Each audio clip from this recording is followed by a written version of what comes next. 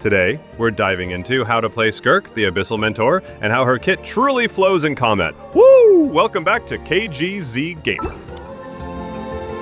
First, let's take a look at how her normal attack works. Skirk's normal attacks are decent, nothing too crazy, but they can be useful as fillers between cooldowns.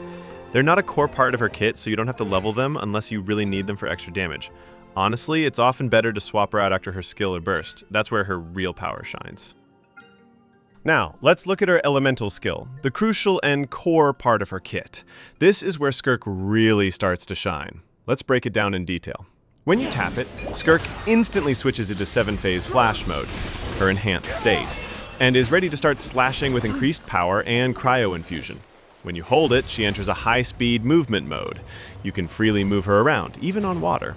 While holding, she also gains increased interruption resistance, so you're safer dashing through enemies or repositioning. So how does her elemental skill actually help? It fuels her entire kit by generating something called Serpent Subtlety. Think of Serpent Subtlety as her energy bar. It's what keeps 7-phase flash active, and it's also required to cast her burst. You gain Subtlety in two ways. By using her elemental skill, or when her passive, Reason Beyond Reason, triggers after absorbing a Void Rift. Without Subtlety, Skirk can't stay in her powered-up state, and she can't fire off her burst, so managing this resource is everything. Now, let's get into her burst. Skirk's elemental burst doesn't use elemental energy. It relies on Serpent Subtlety, as we already know.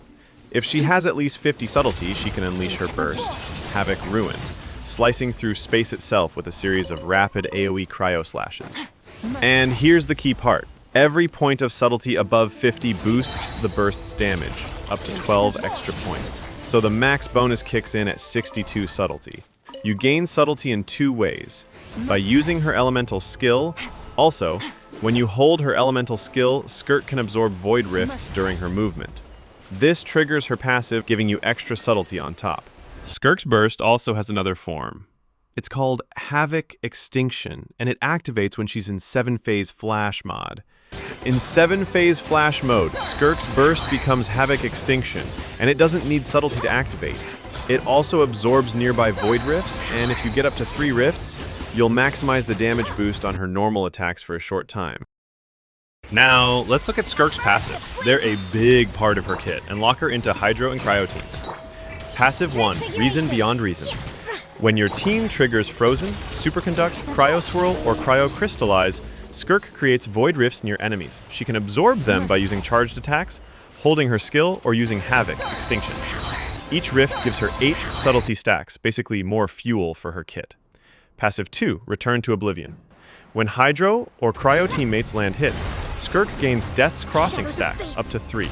These stacks boost her normal attack and burst damage in flash mode by a lot, up to 170%. Finally, her third passive gives +1 skill level to herself and all teammates. A free buff that helps the whole party. Alright, now let's get into the full showcase of Skirk's kit. From skills to burst and passives, here's how it all comes together in action.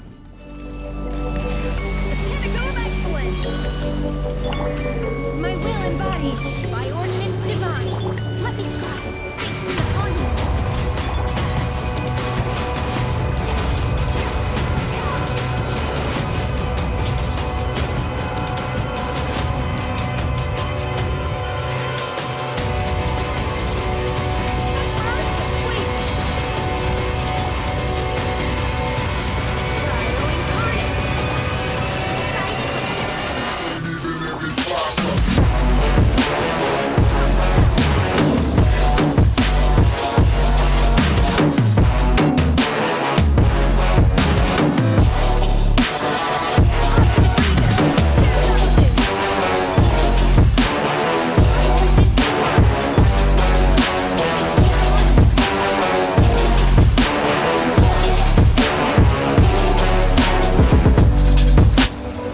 Whoa, that's one hell of a showcase. Skirk is an absolute beast when she gets going. She's a very strong DPS, no question. But yeah, she's also pretty restricted to Cryo and Hydro teams. Still, when you build her right, she rules in those comps. I've already done a full breakdown on her artifacts and builds, so if you missed that, go check it out. That's it for today. It's your KGZ Gamers signing off. Catch you in the next one. Keikai Gen Kai Z out.